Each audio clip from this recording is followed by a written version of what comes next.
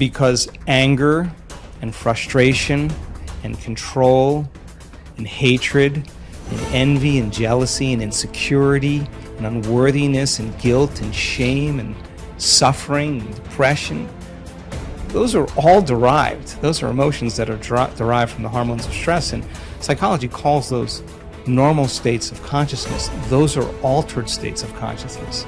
Because in stress, the physiology is that we're knocked out of homeostasis, we're knocked out of balance because we're perceiving some threat, some danger, some emergency. And so the stronger the emotion you feel to whatever stressor there is in your life, the more you pay attention to it. And so in time then, you have to keep your attention on all the important elements in your life. So you sit down to do a meditation, and when you're living in stress and you're living in survival, there's only 3 things that are important in that moment. Your attention is on your body because you got to preserve it. Your attention is on something in your environment, and what's in your environment? People, objects, things, places, and you're very preoccupied with time. And when you're in stress and you're in survival, the brain goes into a default mode, and it's naturally trying to predict the next moment based on what it's learned in the past. And so as you always try to forecast the future based on your memory of the past, you can't be in the present moment, right? So, and yet our model of change, what we discovered is that the only way a person can change is when they get beyond their body, they get beyond all the elements of their environment, and they get beyond that predictable future and familiar past, and they sink into the present moment, which is the unknown. So if you can't do that because of the hormones of stress, most people will sit down and they'll say, okay, I'm going to close my eyes, I'm going to start this process where I'm going to rehearse how I'm going to be today, and they start thinking about their cell phone. They start thinking about all their emails, and they start thinking, I can't meditate. There's something wrong with me. It's my mother's fault, And they actually believe that thought to be the truth, and then they get up and they actually reaffirm it and say, I can't meditate. Now, I can tell you that if you are willing to see that thought as just the thought in your brain, and you're curious what's on the other side of that thought, yeah, you're going to feel uncomfortable. But if you had some tools and skills to apply, and you were able to take your attention off your cell phone and settle your body back down into the present moment, that would be a victory. And then your body would say, come on, you gotta feel a little frustration now, you gotta be impatient, you gotta be judgmental, come on, that's what you always think, that's how you always feel.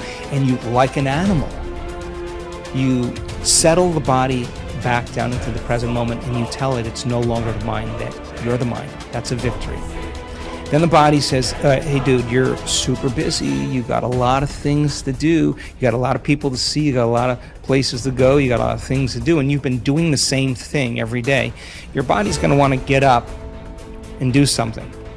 You're going to want to quit because your brain's telling you that you can't do this. If you had the awareness to settle the body back down into the present moment, you would be executing a will that's greater than the program, because most people lose their free will to those programs, and it's that tedium in the beginning that is an uncompromising will, where you keep training the animal to stay, to take all of its attention off the environment, to get beyond all the cravings, the feelings, the habits of the body, the drives of the body, and catch yourself defaulting to that predictable future, bringing the body back into the present moment, siphoning energy back, your attention into the past based on those familiar emotions of the past. We've discovered that if you're willing to do that for just a few days, you could actually liberate an enormous amount of energy from your body. You go from particle to wave, from matter to energy, and you're literally transmuting those limited emotions into elevated emotions, and something really beautiful happens if you're willing to fire the crucible and sit through that long enough. All of these emotions move, that energy moves right up into the heart, and a person starts falling in love with life. They start feeling this state of gratitude, this gratefulness to be alive, this ineffable word of relaxed and awake. And something really magical happens when we've discovered this little simple thing. When that energy makes it to the heart, there's only one place it wants to go, and it goes straight to the brain. So the person starts relaxing into their heart when they feel this feeling, and the more they relax into the heart, the more their brain all of a sudden starts becoming aroused. And they start going into these elevated gamma brainwave patterns. Now, gamma is not unconscious. Gamma is actually super conscious. It's actually super aware. You're outside the program now. So when that occurs and the brain goes into gamma brainwave patterns, what we discovered is it's not a little gamma. It's not a lot of gamma. It's not a whole lot of gamma. It's a supernatural amount of gamma. And we start seeing these brainwaves where we see theta start carrying alpha, and alpha starts resonating with beta, and beta starts creating high beta, and high beta starts creating gamma. And you see these standing waves of brain coherence happening. And the person feels so amazing that they don't want the moment to end. A day that never came, but has managed to spoil every game.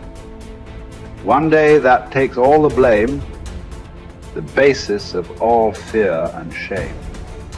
Cripples the blossoming of the life's flame. A spoiler that makes life a dream. Traps the limitless in a limited scene. One day that takes all the blame, the basis of all fear and shame. Cripples the blossoming of life's flame. A spoiler that makes life a dream. Traps the limitless in a limited scene. A day that never comes but the world it ruled. Tomorrow never happened to anybody, but the idea of tomorrow has robbed people. A huge mass of people of their life. Just the idea. Nobody ever touched a tomorrow in their life. Nobody ever experienced one. Nobody ever saw one. Just the idea completely robs people of everything that could be life. You can only behold now. You can never behold tomorrow. Not because it's out of reach, because it doesn't exist. You can only imagine tomorrow. You will never behold tomorrow. Never, ever. But still, for most human beings, it is this, an idea. An idea whose time will never come. It is that idea which drives most people's lives, unfortunately. Even if you drive your life with an idea, even if you drive your life with an idea, you must drive with an idea whose time may come sometime, but this is an idea whose time will never come. But it still drives people. It still drives most lives on the planet. That is why most lives on this planet are not lives. They're just a bunch of thoughts, emotions, ideas, prejudices. Most lives are not a reality. They're just a psychological. They're just a psychological existence. They're just a dream, because reality happens now. Reality happens here. In your mind, only a dream can happen. And life and death will happen today. Dream is about tomorrow.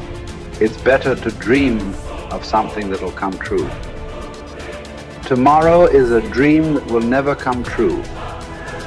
So, what you refer to as spiritual process, it's about knowing life. You can know life only today.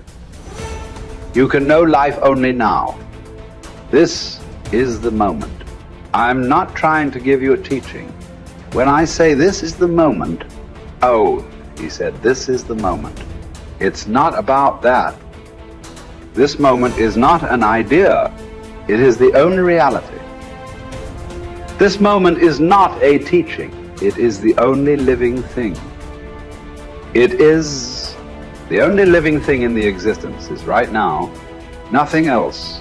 So don't try to understand it. Don't try to digest it. You just have to behold it in all its entirety.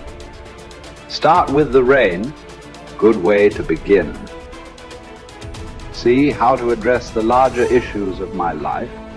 There are no large issues in your life. What is the large issue that you're talking about? It is just about what job to take, which girl to marry, where to go for vacation, whether to get married or not get married, you know. These are the things, isn't it? These are not large issues. These are little things in your life. Yes.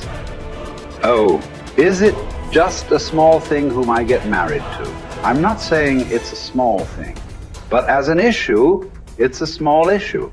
Little issue as a consequence to your life. Yes, it has many things. But this is something that human beings have done for millions of years. We have enough experience on these things, isn't it? We know that whatever job we take, whoever we marry, it is just the way we make out of it. Every experience of life, you can make it an enriching experience. Every experience in your life, you can make a curse out of it. See, there is nothing wrong in your job, whatever job you're doing. There's nothing wrong getting this job. There's nothing wrong in losing this job. There is nothing wrong in getting married. There's nothing wrong in getting divorced. There is nothing wrong in not getting married. There is nothing wrong in anything. There is nothing wrong in this or that, but it is just that you make misery out of it. That's wrong. You do this, you make misery out of it. If you do that, you make misery out of it. That's what is wrong with you. So you got married. Is it wrong? That's not the point. There's nothing wrong with it. You did not get married. Is it wrong? No, there's nothing wrong with it. That's wonderful too. You got divorced. Is it wrong? No, that's also wonderful. It is just that you make misery out of everything. That's what is wrong. You just address that one issue, everything will be settled. That's what we are looking at. How not to make misery out of everything. If this one thing is settled, everything is settled, isn't it? Yes. If you know how to walk through this world joyfully, through marriage and divorce and celibacy and everything, if you know how to walk through this joyfully, what is the problem? Whatever you do is beautiful, isn't it? If you don't even know how to be happy, don't have such goals as realization. They are very far away from you. Happiness is not just a state of mind, it is just the basis of the quality of life that you live here. Is it such a small thing, happiness? Oh, it's just a state of mind, is it a small thing? So, biggest issue, isn't it? If you are capable of going through this world joyfully, then you could talk about going beyond. If you are not even capable of going through this joyfully, talking about beyond is no good. There is no way. I'm telling you, there is simply no way. For a person who is constantly creating inner battles all the time, how will he deal with the bondages of life? And how will he transcend that? There's no question. It doesn't arise in your life. So first thing is working towards to be a blissful human being. If that happens, the rest becomes very simple. Because a blissful human being, once your happiness is not at stake, anything that's needed you will do, isn't it? Right now, you cannot do what's needed because always your happiness is at stake. You are thinking which is the right thing to do, which is the right thing to do. There is no right thing to do in your life. There is no wrong thing to do in your life. If you know how not to make misery out of everything that you do, whatever you are doing is the right thing. If you are making misery out of everything that you do is a wrong thing. So that's the only issue you have to look at. Others are all petty things. What does it matter which way you do it?